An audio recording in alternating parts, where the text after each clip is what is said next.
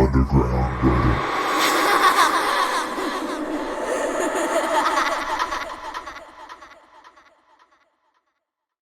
A firefighter who was helping us at the training op told me about a call he'd gone on, supposedly to help rescue a kid from an absolutely massive tree. He said they didn't give him details, just that they needed him to come out and help because they lacked the proper equipment. He'd been called out specifically because this thing was so huge that the SARS didn't feel safe trying to climb it. He'd been a tree trimmer before joining the VFD, so it was easy enough for him to grab his old equipment and come help out. He was led out about 2 miles, and the team stopped at one of the biggest trees in the area and pointed up.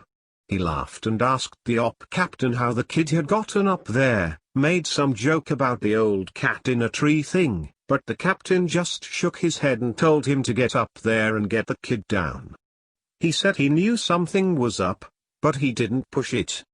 He said that as he climbed this tree, he started wondering if they were playing a prank on him. There was no way this kid should have been able to climb this fucking thing.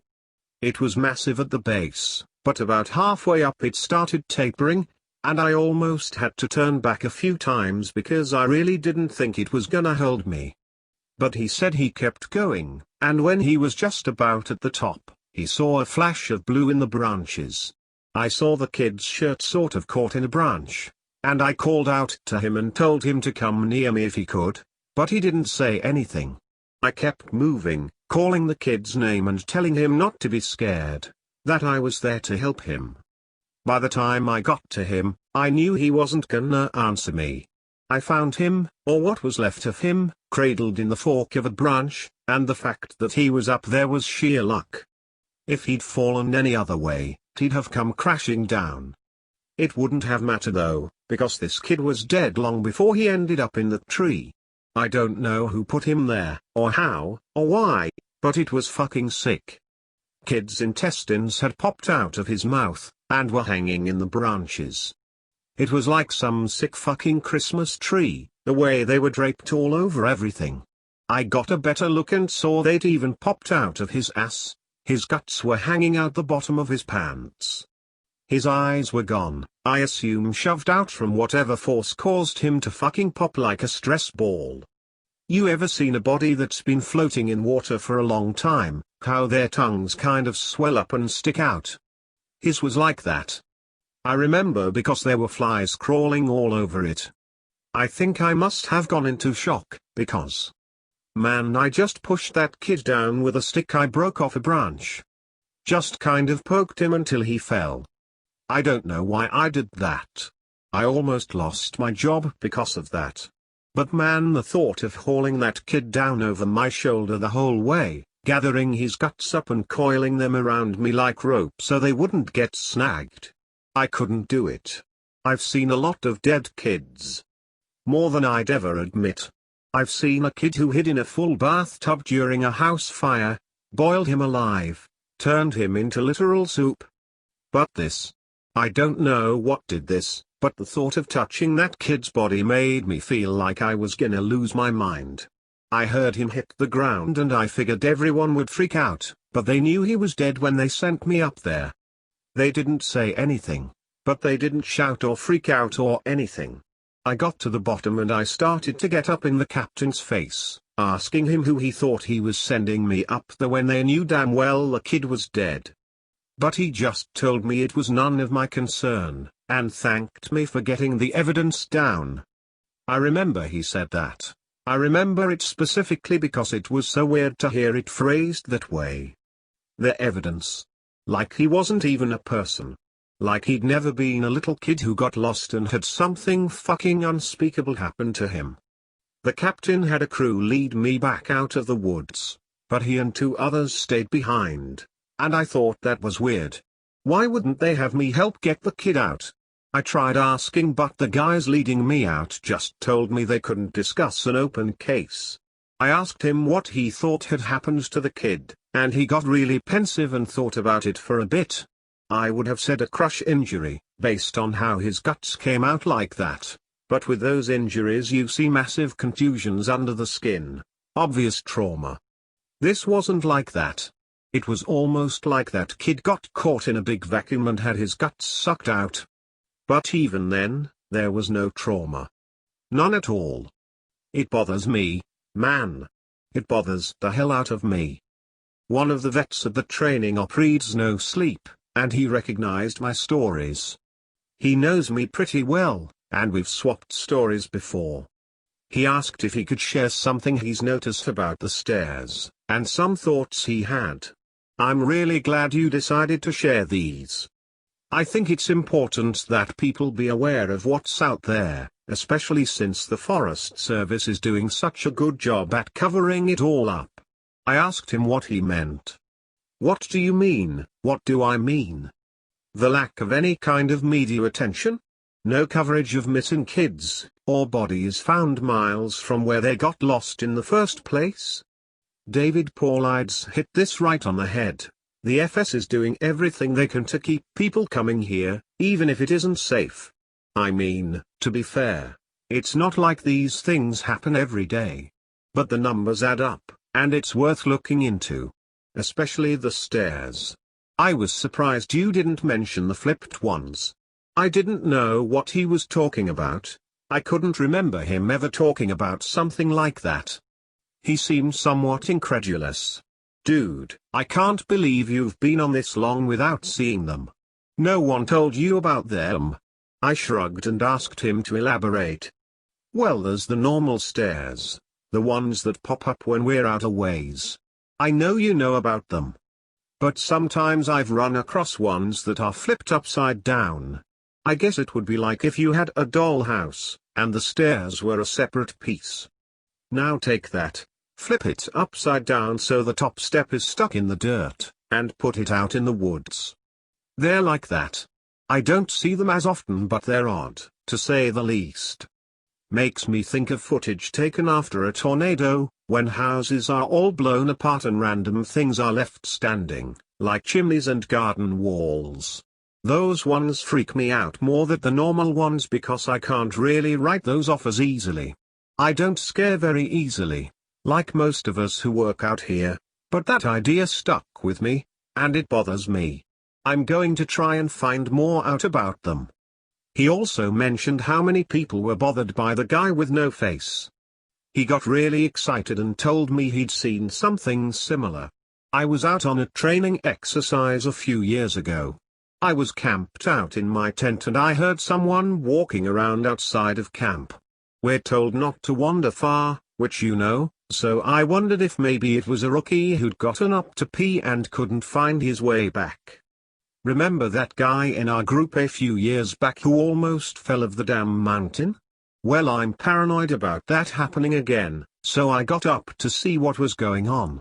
I went to the edge of camp and I called to whoever it was and told them that camp was this way. But they kept going back out into the woods, so I went after them. I know it was stupid, but I was half asleep and I just really didn't want to deal with some idiot getting hurt. I followed this thing on a dead straight course for about a mile, and then it stopped on the edge of a little river. I could see the outline of it because the water was reflecting the moon, and it looked just like an ordinary guy. He had a pack on, and it looked like he was facing me. I asked if he was okay, if he needed help, and he cocked his head like he didn't understand me. I always have my pocket knife on me, and it's got a little thumb blight attached to it. So I turned that on and lit up his chest, so I wouldn't blind him.